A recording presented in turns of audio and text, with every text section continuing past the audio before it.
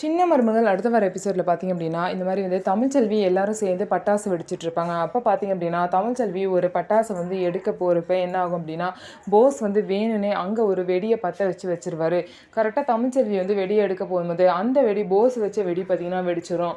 இதனால் பார்த்திங்க அப்படின்னா தமிழ்ச்செல்வி மேலெலாம் லைட்டாக தீக்காயம் படுற மாதிரி அவங்க பயந்து அப்படியே கீழே மயங்கி விழுந்துருவாங்க. இதனால் எல்லாருமே கத்துவாங்க. வேகமாக சேதுபதி கம்பளி எடுத்துகிட்டு வந்து தமிழ்ச்செல்வியை சுற்றி தமிழ்ச்செல்வியை எப்படியோ காப்பாற்றிடுவாங்க. ஸோ வீட்டில் இல்லை எல்லாரும் தமிழ்ச்செல்விக்கு தண்ணி தெளித்து அவங்கள பார்த்தீங்கன்னா உட்கார வச்சு ஒன்றும் இல்லை அப்படின்னு சொல்லிட்டு இருப்பாங்க. ஸோ இந்த மாதிரி வந்து போஸ் ரொம்பவே மோசமான ஒரு வேலையை பண்ணியிருக்காங்க. ஆனால் போஸ் தான் இந்த வேலையை செஞ்சாங்க அப்படின்னு சொல்லிட்டு வீட்டில் யாருக்குமே தெரியாது, தமிழ்ச்செல்விக்கு கூட தெரியாது. ஸோ தமிழ்ச்செல்விக்கும் குழந்தைக்கும் எந்த பிரச்சனையும் இல்லாமல் யார் காப்பாற்றிருக்கா அப்படின்னா சேதுபதி தான் காப்பாற்றிருக்காரு.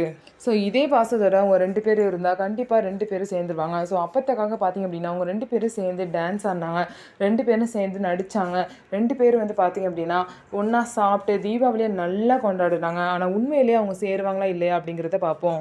நம்ம வீடியோ உங்களுக்கு பிடிச்சிருந்தா நம்ம வீடியோவை லைக் பண்ணிக்கோங்க. மறக்காமல் நம்மளோட சேனலை சப்ஸ்கிரைப் பண்ணிவிட்டு பாருங்கள்.